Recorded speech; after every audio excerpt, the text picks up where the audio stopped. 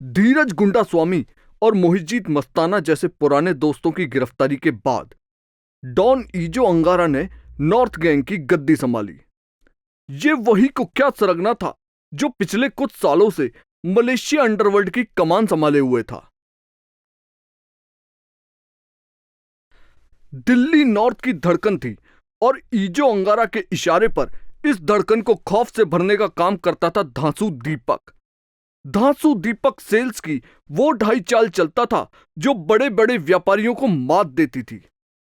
विश्वसनीय सूत्रों के अनुसार दिल्ली में दो ही चीजें कंट्रोल करना मुश्किल है, एक धांसू दीपक की सेल्स और दूसरा पोल्यूशन।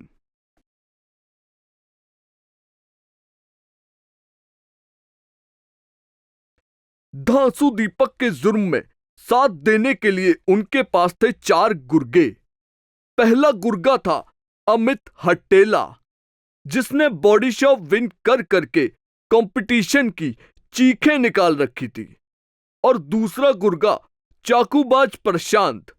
जैसे चाकू चलने पर आवाज चाकू की नहीं लगने वाली की होती है, वैसे ही कन्वेंशनल रिफिनिश में इसके ऑर्डर्स लगते थे दिल्ली में तो आवाज दूसरे रीजन से आती थी। गुर्गा नंबर 3 था एक नया चेहरा विनीत वसूली, जिसने बॉडी शॉप के पापों की दुनिया में जल्दी ही अपना नाम कमा लिया था। यूज्ड कार्स को कब्जे में करके सेल्स ऑर्डर की किडनैपिंग करना इसका मेन काम था।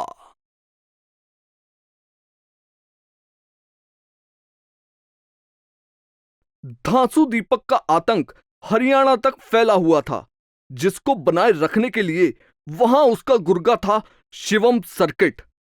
इसने शुरुआत तो छोटे मोटे जुर्मों से करी थी, पर बड़े क्राइम्स की ऐसी लत लगी कि आज ये वहां के संगीन कारोबार का इकलौता जिम्मेवार है।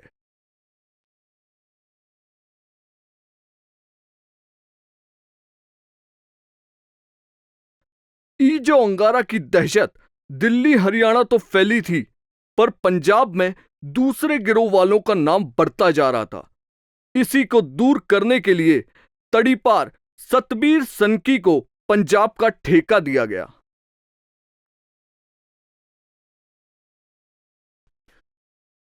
सतबीर सनकी की शुरुआत तो नॉर्थ गैंग से ही हुई थी, लेकिन उसने दूसरे गैंग्स को भी ज्वाइन करके भारत के अलग अलग हिस्सों में सेल्स के संगीन अपराधों को अंजाम दिया था।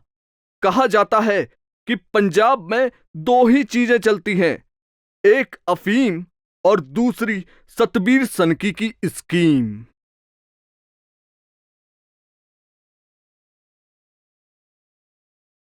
सतबीर सनकी ने प्लानिंग से अपने गुर्गे अलग अलग शहरों में बिठाए थे।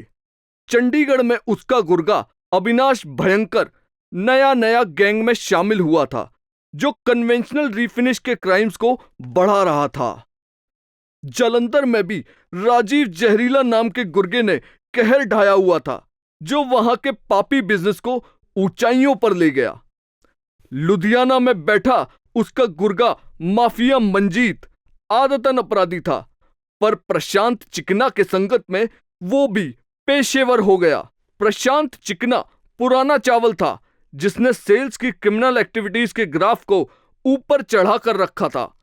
बॉडी शॉप विनिंग से लेकर रिन्यूअल तक हर क्राइम को उसने बेखौफ किया।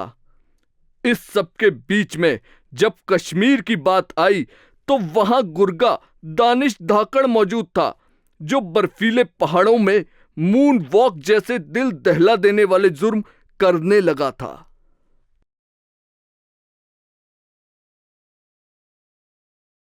देखा जाए तो पंजाब के अपराधों का आर्किटेक्ट तो साहिल छतरी ही है, जो हथियारों की टाइमली सप्लाई और हिडन अड्डे बनाकर अपने गैंग को सपोर्ट करता रहता था।